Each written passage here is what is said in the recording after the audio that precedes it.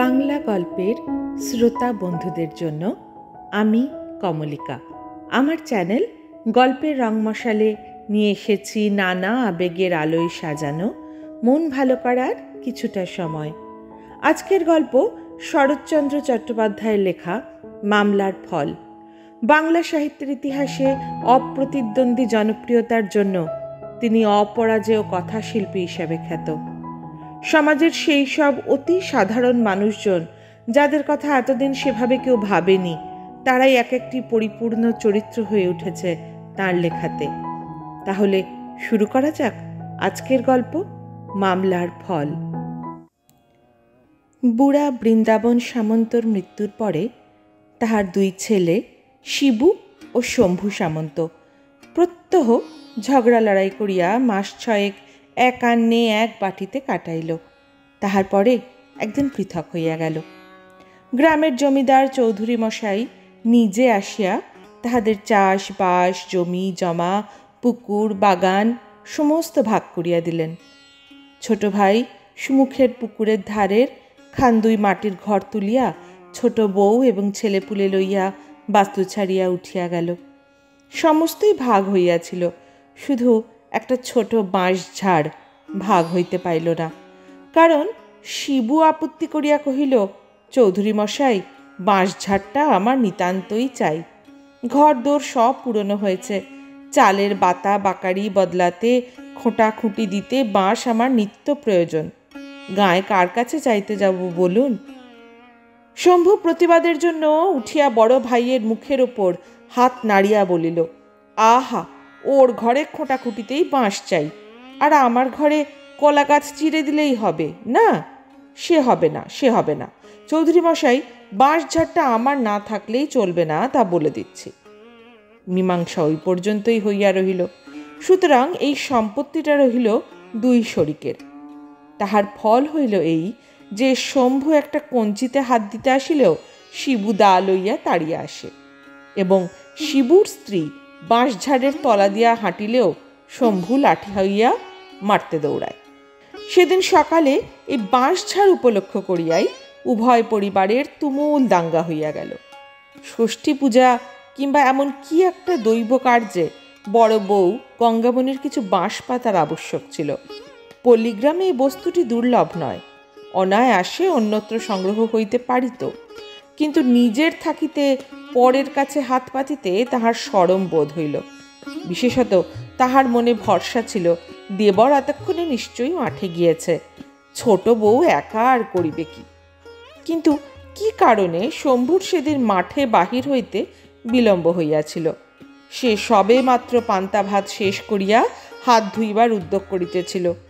এমনই সময় ছোট বউ পুকুর ঘাট হইতে উঠি পড়ি করিয়া ছুটিয়া আসিয়া স্বামীকে সংবাদ দিল, শম্ভুর কোথায় রহিল জলের ঘটি, কোথায় রহিল হাত মুখ ধোয়া। সে হৈ হৈ রই রই শব্দে সমস্ত পাড়াটাতল পার করিয়া 3 লাফে আসিয়া এঁটো হাতেই পাতা কয়টি কাড়িয়া লইয়া টান মারিয়া ফেলিয়া দিল, এবং সঙ্গে সঙ্গে বড় ভাজের প্রতি যে সকল বাক্য প্রয়োগ করিল, সে সকল আর যেখানেই শিখিয়া থাকুক রামায়ণের লক্ষণ চরিত্র হইতে যে শিক্ষা করে নাই তাহা নিঃসংশয় বলা যায়।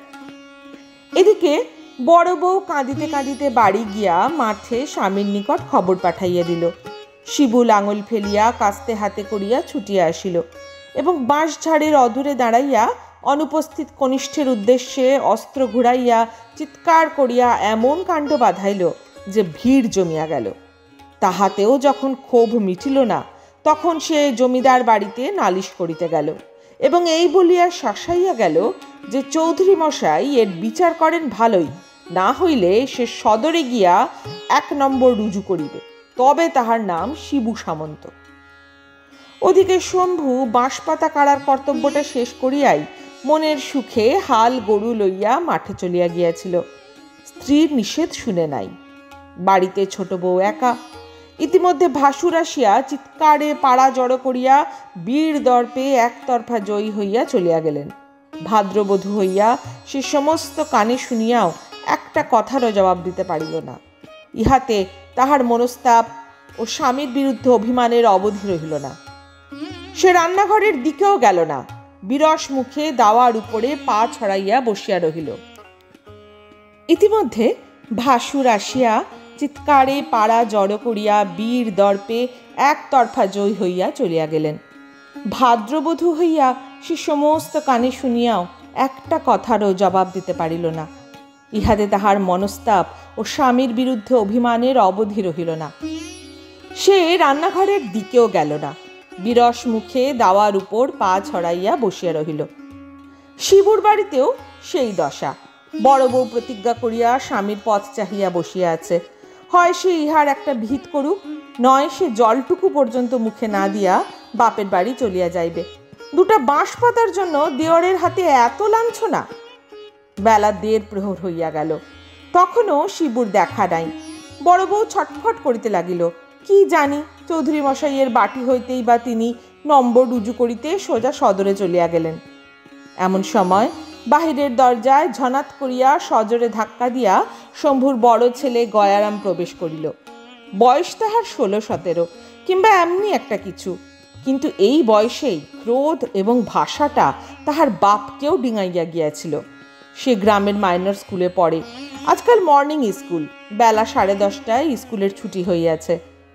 গয়ারামের যখন 1 বৎসর বয়স, তখন জননীর মৃত্যু হয়। তাহার পিতা শম্ভু পুনরায় বিবাহ করিয়া নূতন বধূ ঘরে আনিল বটে, কিন্তু এই মা মরা ছেলেটিকে মানুষ করিবার দায় জ্যাঠাইমার উপরেই পড়িল, এবং এতকাল 2 ভাই পৃথক না হওয়া পর্যন্ত এ ভার তিনি বহন করিয়া আসিতেছিলেন। বিমাতার সহিত তাহার কোনো দিনই বিশেষ কোনো সম্বন্ধ ছিল না।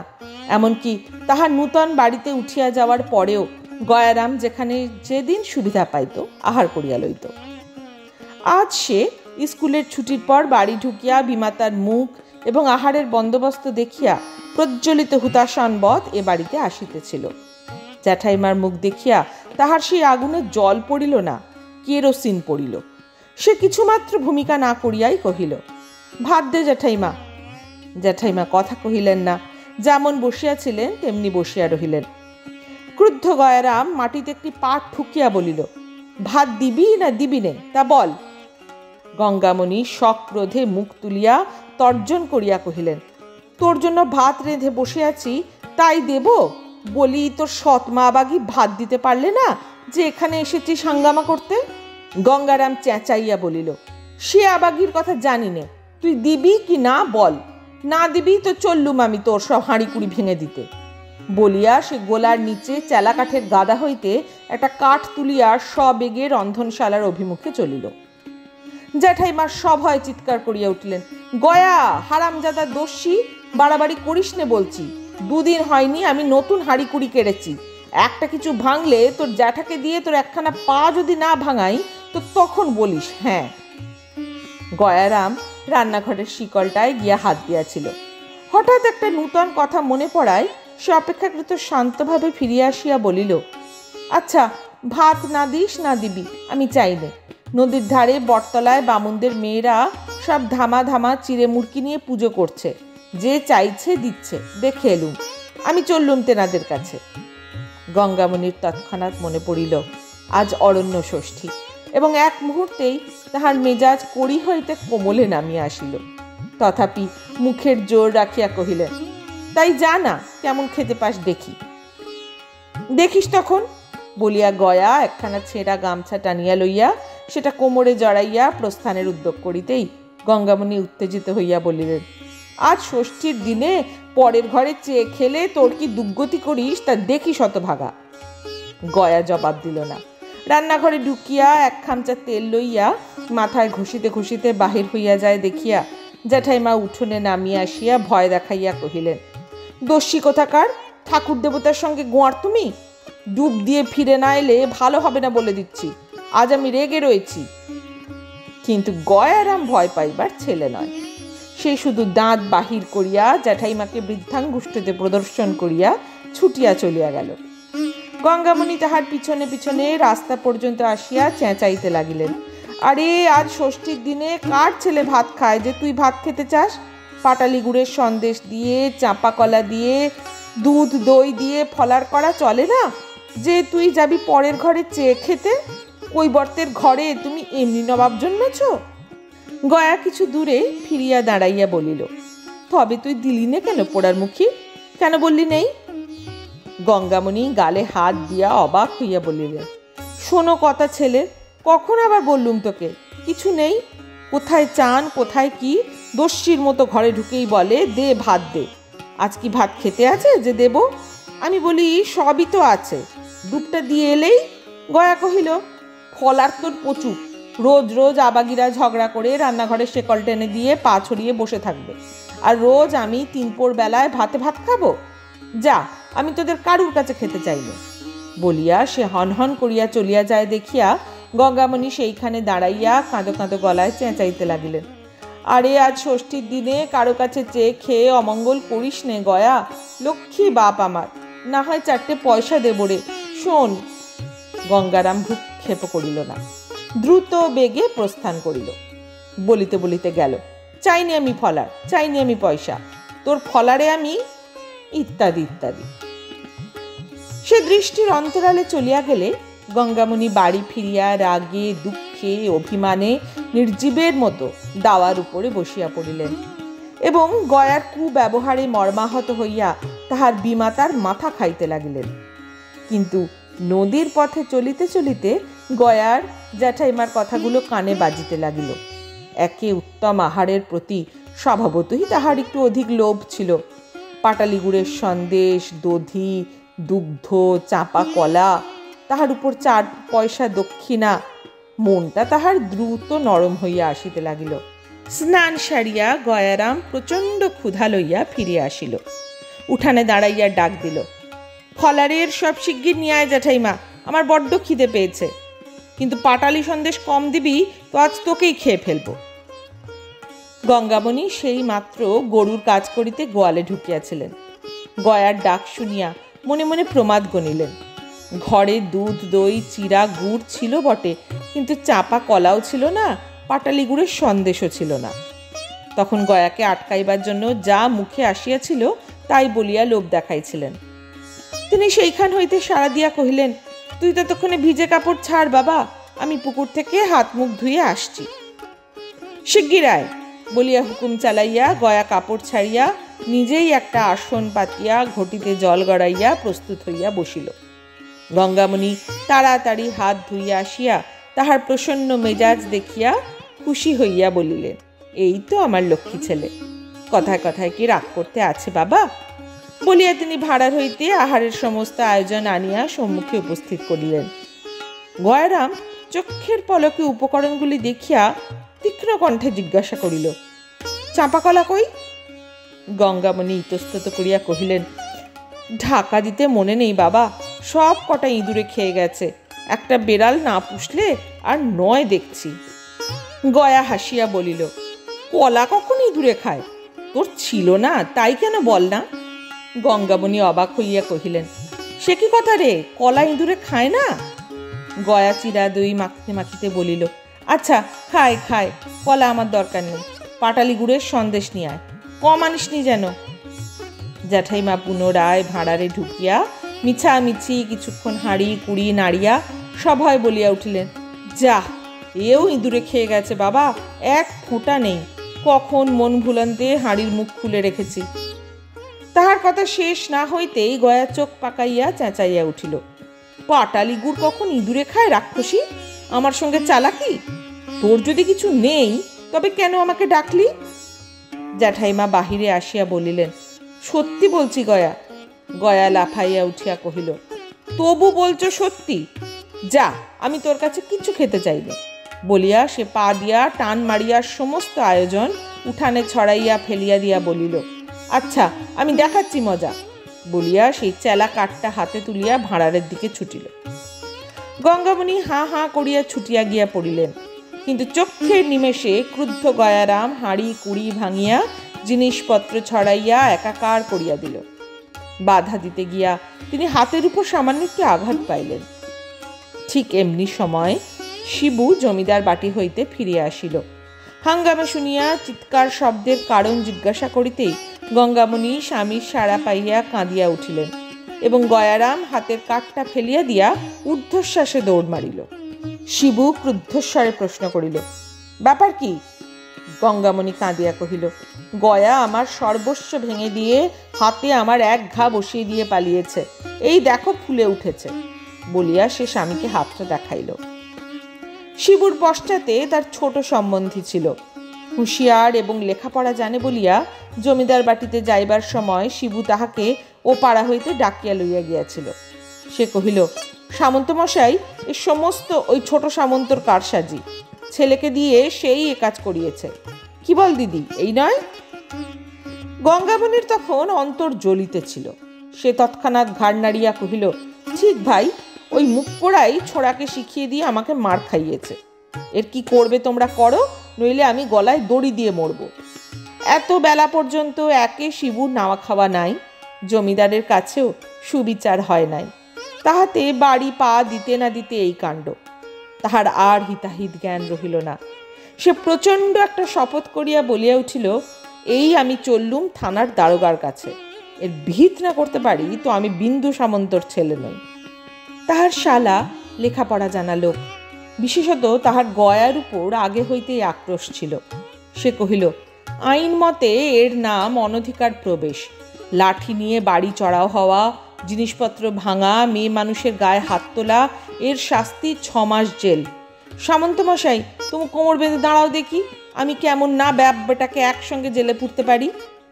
শিবু আর দ্বিরুক্তি করিল না, সম্বন্ধীর হাত ধরিয়া থানার দারোগার উদ্দেশ্যে প্রস্থান করিল। গঙ্গামণির সকলের চেয়ে বেশি রাগ পড়িয়াছিল দেবর ও ছোট বধূর ওপর। সেই লইয়া একটি হুলস্থুল করিবার উদ্দেশ্যে কবাটে শিকল তুলিয়া দিয়া সেই চেলা কাঠ হাতে করিয়া সোজা শম্ভুর উঠানে আসিয়া দাঁড়াইল। উচ্চকণ্ঠে কহিল, কেমন গো ছোট কর্তা, ছেলেকে দিয়ে আমাকে মার খাওয়াবে? এখন বাপ বেটায় একসঙ্গে ফাটকে যাও।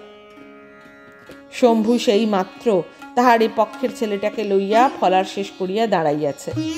বড় ভাজের মূর্তি এবং হাতের চেলা কাঠটা দেখিয়া হতবুদ্ধি হইয়া গেল। কহিল, হয়েছে কি? আমি তো কিছুই জানি নে। গঙ্গামণি মুখ বিকৃত করিয়া জবাব দিল, আর ন্যাকা সাজতে হবে না, দারোগা আসছে, তার কাছে গিয়ে বলো কি তুই জানো কি না। ছোট বউ ঘর হইতে বাহির হইয়া একটি খুঁটিতে ঠেস দিয়া নিঃশব্দে দাঁড়াইল। শম্ভু মনে মনে ভয় পাইয়া কাছে আসিয়া গঙ্গামণির একটি হাত চাপিয়া ধরিয়া কহিল, মায়েরই বলছি বড় বউঠান, আমরা কিছুই জানি নে। কথাটা যে সত্য বড় বউ তাহা নিজেও জানিত, কিন্তু তখন উদারতার সময় নয়। সে শম্ভুর মুখের ওপরেই 16 আনা দোষ চাপাইয়া সত্য মিথ্যায় জড়াইয়া গয়ারামের কীর্তি বিবৃত করিল। এই ছেলেটাকে যাহারা জানে তাহাদের পক্ষে ঘটনাটা অবিশ্বাস করা শক্ত। স্বল্পভাষিনী ছোট বউ এতক্ষণে মুখ খুলিল, স্বামীকে কহিল, কেমন, যা বলেছিনু তাই হলো কি না?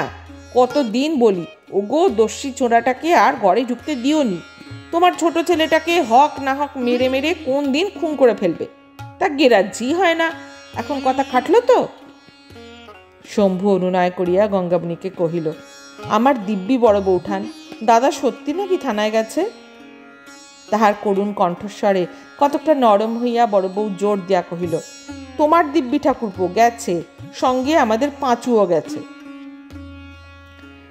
শম্ভু অত্যন্ত ভীত হইয়া উঠিল। ছোট বউ স্বামীকে লক্ষ্য করিয়া বলিতে লাগিল, নিত্যি বলি দিদি, কোথায় যে নদীর উপর সরকারি পুল হচ্ছে, কত লোক খাটতে যাচ্ছে, সেথায় নিয়ে গিয়ে ওরে কাজে লাগিয়ে দাও। তারা চাবুক মারবে আর কাজ করাবে, পালাবার জোটই নেই, 2 দিনে সোজা হয়ে যাবে। তা না, স্কুলে দিয়েছি পড়ুক, ছেলে যেন উকিল মোক্তার হবে। শম্ভু কাতর হইয়া বলিল, আরে সাধে দিইনি সেখানে, সবাই কি ঘরে ফিরতে পায়?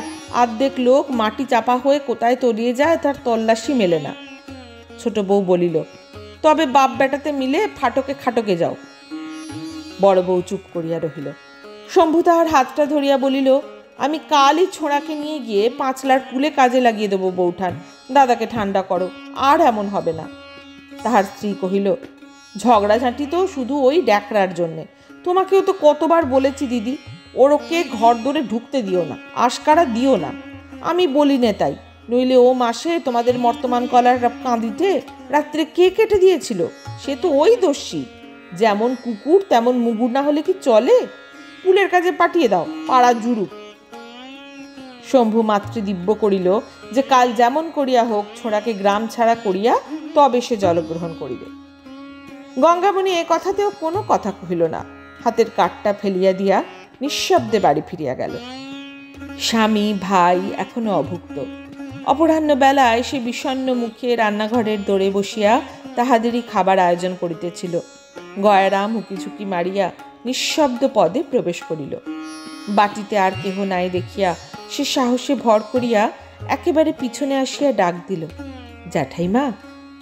জ্যাঠাইমা চমকিয়া উঠিলেন, কিন্তু কথা কহিলেন না। গয়ারাম অদূরে ক্লান্তভাবে ধপাস করিয়া বসিয়া পড়িয়া কহিল, আচ্ছা, যা আছে তাই দে, আমার বড্ড খিদে পেয়েছে। খাবার কথায় গঙ্গামণির শান্ত ক্রোধ মুহূর্তে প্রজ্বলিত হইয়া উঠিল। তিনি তাহার মুখের প্রতি না চাহিয়াই সক্রোধে বলিয়া উঠিলেন, বেহায়া পোড়ার মুখো, আবার আমার কাছে এসেছিস খিদে বলে? দূর হয় এখান থেকে। গয়া বলিল, দূর হব তোর কথায়? জ্যাঠাইমা ধমক দিয়া কহিলেন, হারামজাদা নচ্ছাড়, আমি আবার দেব তোকে খেতে? গয়া বলিল, তুই দিবিনি তো কে দেবে? কেন তুই ইঁদুরের দোষ দিয়া মিছে কথা বললি? কেন ভালো করে বললি না, বাবা এই দিয়ে খা, আজ আর কিছু নেই? তাহলেই তো আমার রাগ হয় না। দে না খেতে শিগগির, রাক্ষসী, আমার পেট যে জ্বলে গেল। জ্যাঠাইমা ক্ষণকাল মৌন থাকিয়া মনে মনে একটু নরম হইয়া বলিলেন, পেট জ্বলে থাকে তোর সৎমার কাছে যা। বিমাতার নামে গয়া চক্ষের পলকে আগুন হইয়া উঠিল। বলিল, সে আবাগির নাকি আমি আর মুখ দেখব? শুধু ঘরে আমার ছিপটা আনতে গেছি, বলে দূর দূর, এইবার জেলের ভাত খাগে যা। আমি বললুম, তোদের ভাত খেতে আমি আসিনি, আমি জ্যাঠাইমার কাছে যাচ্ছি। পোড়ার মুখী কম শয়তান, ওই গিয়ে লাগিয়েছে বলেই তো বাবা তোর হাত থেকে বাঁশপাতা কেড়ে নিয়েছে। বলিয়া সে সজোরে মাটিতে একটা পা তুলিয়া কহিল, তুই রাক্ষসী, নিজে পাতা আনতে গিয়ে অপমান হলি, কেন আমায় বললিনি? ওই বাঁশ ঝাড় সমস্ত যদি আমি আগুন দিয়ে না পোড়াই তো আমার নাম গয়া নয়, তা দেখিস। আবাগি আমাকে বললে কি না, বলে তোর জ্যাঠাইমা থানায় খবর পাঠিয়েছে, দারোগা এসে বেঁধে নিয়ে তোকে জেলে দেবে। শুনলি কথা হতভাগীর? গঙ্গামণি কহিলেন, তোর জ্যাঠামশাই পাঁচুকে সঙ্গে নিয়ে গেছেই তো থানায়, তুই আমার গায়ে হাত তুলিস? এত বড় তোর আসপদ্দা? পাঁচু মামাকে গয়া একেবারে দেখিতে পারিত না। সে আবার যোগ দিয়াছে শুনিয়া জ্বলিয়া উঠিয়া বলিল, কেন কেন তুই রাগের সময় আমায় আটকাতে গেলি? গঙ্গামণি বলিলেন, তাই আমাকে মারবি? এখন যা, ফাটকে বাঁধা থাকবে যা। গয়া বৃদ্ধাঙ্গুষ্ঠ দেখিয়া বলিল, ই তুই আমাকে ফাটকে দিবি? দে না, দিয়ে একবার মজা দেখ না। আপনি কেঁদে কেঁদে মরে যাবি, আমার কি হবে? গঙ্গামণি কহিলেন, আমার বয়ে গেছে কাঁদতে, যা আমার সম্মুখ থেকে, যা বলছি, 70 বালাই কোথাকার। গয়া চেঁচাইয়া কহিল, তুই আগে খেতে দে না, তবে তো যাব। কখন সাত সকালে 2টি মুড়ি খেয়েছি বলতো, খিদে পায় না আমার? গঙ্গামণি কি একটা বলিতে যাইতেছিলেন, এমন সময় শিবু পাঁচুকে লইয়া থানা হইতে ফিরিয়া আসিল এবং গয়ার প্রতি চোখ পড়িবা মাত্রই বারুদের মতো জ্বলিয়া উঠিয়া চিৎকার করিল, হারামজাদা পাজি, আবার আমার বাড়ি ঢুকেছ? বেরো বেরো বলছি। পাঁচু, ধর তো শুয়োরকে। বিদ্যুৎ বেগে গয়ারাম দরজা দিয়া দৌড় মারিল। চেঁচাইয়া বলিয়া গেল, পেঁচোশালার একটা ঠ্যাং না ভেঙে দিই তো আমার নামই গয়ারাম নয়। চক্ষের পলকে এই কাণ্ড ঘটিয়া গেল। গঙ্গামণি একটা কথা কহিবারও অবকাশ পাইল না। ক্রুদ্ধ শিবু স্ত্রীকে বলিল, তোর আশকারা পেয়েই ও এমন হচ্ছে, আর যদি কখনো ওই হারামজাদাকে বাড়িতে ঢুকতে দিস তো তোর অতি বড় দিব্যি রইল। পাঁচু বলিল, দিদি তোমাদের কি, আমারই সর্বনাশ, কখন রাত ভিতে লুকিয়ে আমার ঠ্যাঙেই ওর ঠ্যাঙা মারবে দেখছি। শিবু কহিল, কাল সকালেই যদি না পুলিশ পেয়াদা দিয়ে ওর হাতে দড়ি পড়াই তো আমার, ইত্যাদি ইত্যাদি।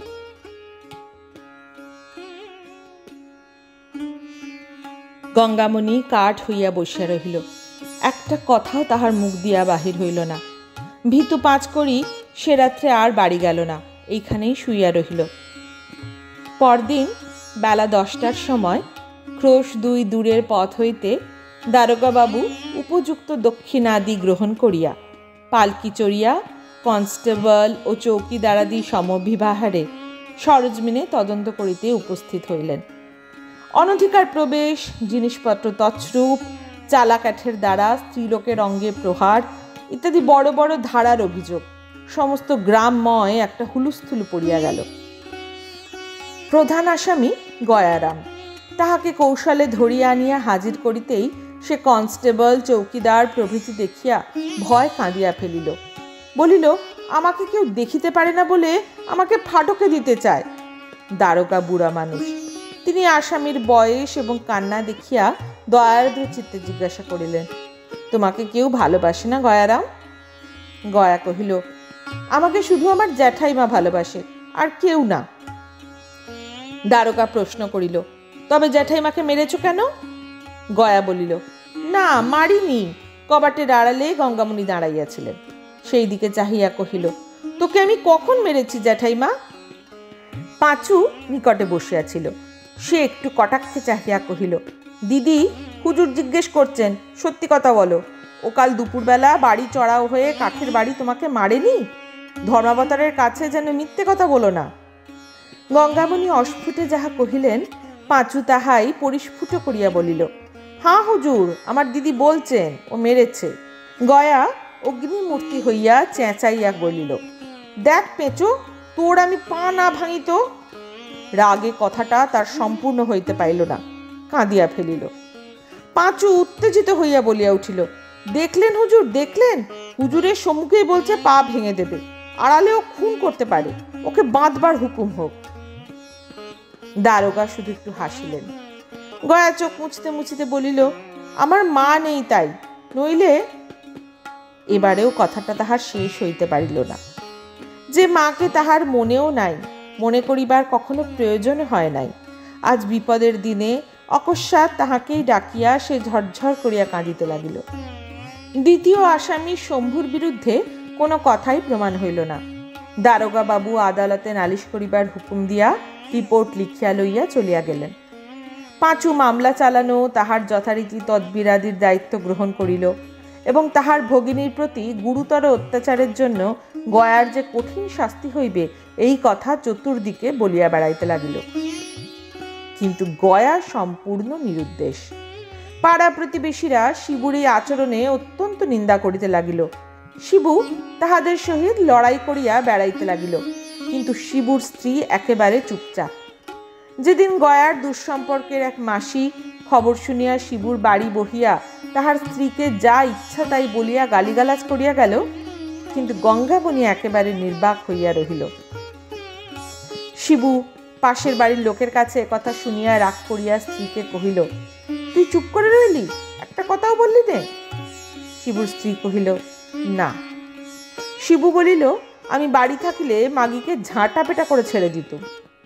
তাহার স্ত্রী কহিল, তাহলে আজ থেকে বাড়িতেই বসে থেকো, আর কোথাও বেরিও না, বলিয়ে নিজের কাজে চলে গেল। সেদিন দুপুরবেলায় শিবু বাড়ি ছিল না। শম্ভু আসিয়া বাঁশ ঝাড় হইতে গোটা কয়েক বাঁশ কাটিয়া লইয়া গেল। শব্দ শুনিয়া শিবুর স্ত্রী বাহিরে আসিয়া সমস্ত সচক্ষে দেখিল, কিন্তু বাধা দেওয়া দূরে থাকুক, আজ সে কাছেও ঘেঁষিল না, নিঃশব্দে ঘরে ফিরিয়া গেল। দিন দুই পরে সংবাদ শুনিয়া শিবু লাফাইতে লাগিল। স্ত্রীকে আসিয়া কহিল, তুই কি কানের মাথা খেয়েছিস? ঘরের পাশ থেকে সে বাঁশ কেটে নিয়ে গেল, আর তুই টের পেলিনি? তাহার স্ত্রী বলিল, কেন টের পাবো না, আমি চোখেই তো দেখেছি সব। শিবু ক্রুদ্ধ হইয়া কহিল, তবু আমাকে তুই জানালি নে? গঙ্গামণি বলিল, জানাবো আবার কি, বাঁশঝাড় কি তোমার একার? ঠাকুরপোর তাতে ভাগ নেই? শিবু বিস্ময় হতবুদ্ধি হইয়া কহিল, তোর কি মাথা খারাপ হয়ে গেছে? সেদিন সন্ধ্যার পর পাঁচু সদর হইতে ফিরিয়া আসিয়া শ্রান্ত ভাবে ধপ করিয়া বসিয়া পড়িল। শিবু গরুর জন্য খড় কুচাইতেছিল। অন্ধকারে তাহার মুখের চাপা হাসি লক্ষ্য করিল না। সভয়ে জিজ্ঞাসা করিল, কি হলো? পাঁচু গাম্ভীর্যের সহিত একটু হাস্য করিয়া কহিল, পাঁচু থাকলে যা হয় তাই, ওয়ারিং বের করে তবে আসছি, এখন কোথায় আছে জানতে পারলেই হয়। শিবুর কি এক প্রকার ভয়ানক জিদ চড়িয়া গিয়াছিল। সে কহিল, যত খরচ হোক, ছোঁড়াকে ধরাই চাই, তাকে জেলে পুরে তবে আমার অন্য কাজ। তারপরে উভয়ের নানা পরামর্শ চলিতে লাগিল। কিন্তু রাত্রি 11টা বাজিয়া গেল। ভিতর হইতে আহারের আহ্বান আসি না দেখিয়া শিবু আশ্চর্য হইয়া রান্নাঘরে গিয়া দেখিল ঘর অন্ধকার। শোবার ঘরে ঢুকিয়া দেখিল স্ত্রী মেঝের উপর মাদুর পাতিয়া শুইয়া আছে। ক্রুদ্ধ এবং আশ্চর্য হইয়া জিজ্ঞাসা করিল, খাবার হয়ে গেছে তো আমাদের ডাকিসনি কেন? গঙ্গামণি ধীরে সুস্থে পাশ ফিরিয়া বলিল, কে রাঁধলে যে খাবার হয়ে গেছে? শিবু তর্জন করিয়া প্রশ্ন করিল, রাঁধিসনি এখনো? গঙ্গামণি কহিল, না, আমার শরীর ভালো নেই, আজ আমি পারবো না। নিদারুণ ক্ষুধায় শিবুর নাড়ি জ্বলিতেছিল, সে আর সহিতে পারিল না। সাহিত্য স্ত্রীর পিঠের উপর একটা লাথি মারিয়া বলিল, আজকাল রোজ অসুখ, রোজ পারবো না, পারবি নে তো বেরো আমার বাড়ি থেকে। গঙ্গামণি কথাও কহিল না, উঠিয়াও বসিল না, যেমন শুইয়াছিল তেমনই পড়িয়া রহিল। সে রাত্রে শালা ভগ্নিপতি কাহারও খাওয়া হইল না। সকালবেলা দেখা গেল গঙ্গামণি বাটিতে নাই। এদিক ওদিক কিছুক্ষণ খোঁজাখুঁজির পর পাঁচু কহিল, দিদি নিশ্চয়ই আমাদের বাড়ি চলে গেছে। স্ত্রীর এই প্রকার আকস্মিক পরিবর্তনের হেতু শিবু মনে মনে বুঝিয়াছিল, তাই তার বিরক্তিও যেমন উত্তর বাড়ছিল, নালিশ মোকদ্দমার প্রতি ঝোঁকও তেমনি খাটো হইয়া আসিতেছিল। সে শুধু বলিল, চুলোয় যাক, আমার খোঁজ খবর দরকার নেই। বিকেলবেলা খবর পাওয়া গেল গঙ্গামণি বাপের বাড়ি যায় নাই। পাঁচু ভরসা দিয়া কহিল, তাহলে নিশ্চয়ই পিসিমার বাড়ি চলে গেছেন। তাহাদের এক বড়লোক পিসি ক্রোশ 5-6 দূরে একটা গ্রামে বাস করিতেন। পূজা পর্ব উপলক্ষে তিনি মাঝে মাঝে গঙ্গামণিকে লইয়া যাইতেন। শিবু স্ত্রীকে অত্যন্ত ভালোবাসিত। সে মুখে বলিল বটে, যেখানে খুশি যাকগে, মরুকগে, কিন্তু ভিতরে ভিতরে অনুতপ্ত এবং উৎকণ্ঠিত হইয়া উঠিল। তবুও রাগের উপর দিন 5-6 কাটিয়া গেল। এদিকে কাজকর্ম লইয়া, গরু বাছুর লইয়া সংসার তাহার এক প্রকার অচল হইয়া উঠিল। একটা দিনও আর কাটে না, এমনি হইল। 7 দিনের দিন সে আপনি গেল না বটে, কিন্তু নিজের পৌরুষ বিসর্জন দিয়া পিসির বাড়িতে গরুর গাড়ি পাঠাইয়া দিল। পরদিন শূন্য গাড়ি ফিরিয়া আসিয়া সংবাদ দিল সেখানে কেহ নাই। শিবু মাথায় হাত দিয়া বসিয়া পড়িল। সারাদিন স্নানাহার নাই, মরার মতো একটা তক্তপোষের উপর পড়িয়াছিল।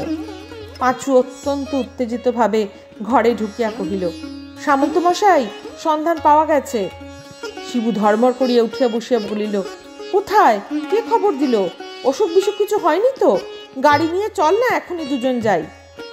পাঁচু বলিল, দিদির কথা নয়, গয়ার সন্ধান পাওয়া গেছে। শিবু আবার শুইয়া পড়িল, কোনো কথা কহিল না। তখন পাঁচু বহু প্রকারে বুঝাইতে লাগিল যে এই সুযোগ কোনো মতে হাতছাড়া করা উচিত নয়। দিদি তো একদিন আসবেই, কিন্তু তখন আর এ বেটাকে বাগে পাওয়া যাবে না। শিবু উদাস কণ্ঠে বলিল, এখন থাকবে পাঁচু, আগে সে ফিরে আসুক, তারপরে। পাঁচু বাধা দিয়া কহিল, তারপরে কি আর হবে সামন্ত মশাই? বরঞ্চ দিদি ফিরে আসতে না আসতে কাজটা শেষ করা চাই। সে এসে পড়লে হয়তো আর হবেই না। শিবু রাজি হইল, কিন্তু আপনার খালি ঘরের দিকে চাহিয়া পরের উপর প্রতিশোধ লইবার জোর আর সে কোনো মতেই নিজের মধ্যে খুঁজিয়া পাইতেছিল না। এখন পাঁচুর জোর ধার করিয়াই তাহার কাজ চলিতেছিল। পরদিন রাত্রি থাকিতেই তাহারা আদালতের পেয়াদা প্রভৃতি লইয়া বাহির হইয়া পড়িল। পথে পাঁচু জানাইল, বহু দুঃখে খবর পাওয়া গেছে শম্ভু তাহাকে 5 লাখ সরকারি কুলের কাজে নাম ভাড়াইয়া ভর্তি করিয়া দিয়াছে, সেইখানেই তাহাকে গ্রেপ্তার করিতে হইবে। শিবু বরাবর চুপ করিয়াই ছিল, তখনও চুপ করিয়া রহিল। তাহারা গ্রামে যখন প্রবেশ করিল তখন বেলা দ্বিপ্রহর। গ্রামের এক প্রান্তে প্রকাণ্ড মাঠ, লোকজন, লোহা লক্কর, কলকারখানায় পরিপূর্ণ। সর্বত্রই ছোট ছোট ঘর বাঁধিয়া জন্মজুরেরা বাস করিতেছে। অনেক জিজ্ঞাসাবাদের পর একজন কহিল, যে ছেলেটি সাহেবের বাংলা লেখাপড়ার কাজ করছে সে তো, তার ঘর ওই যে, বলিয়া একখানা ক্ষুদ্র কুটির দেখাইয়া দিলে। তাহারা গুঁড়ি মারিয়া পা টিপিয়া অনেক কষ্টে তাহার পাশে আসিয়া দাঁড়াইল। ভিতরে গয়ারামের গলা শুনিতে পাওয়া গেল।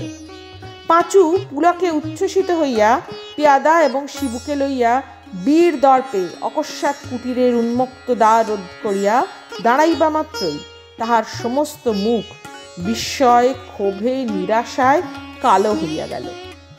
তাহার দিদি ভাত বাড়িয়া দিয়া একটা হাত পাখা লইয়া বাতাস করিতেছে এবং গয়ারাম ভোজনে বসিয়াছে। শিবুকে দেখিতে পাইয়া গঙ্গামণি মাথায় আঁচলটা তুলিয়া দিয়া শুধু বলিল, তোমরা একটু জিরিয়ে নিয়ে নদী থেকে নিয়ে এসো গে, আমি ততক্ষণ আরেক হাঁড়ি ভাত চড়িয়ে দিই। আপনারা শুনছিলেন আজকের গল্প মামলার ফল। কেমন লাগলো আপনাদের? জানার অপেক্ষায় থাকবো আমি। ভালো লাগলে লাইক করে চ্যানেলটা সাবস্ক্রাইব করে নেবেন। আমি খুব তাড়াতাড়ি ফিরে আসবো আরেকটা নতুন গল্প নিয়ে। ভালো থাকবেন।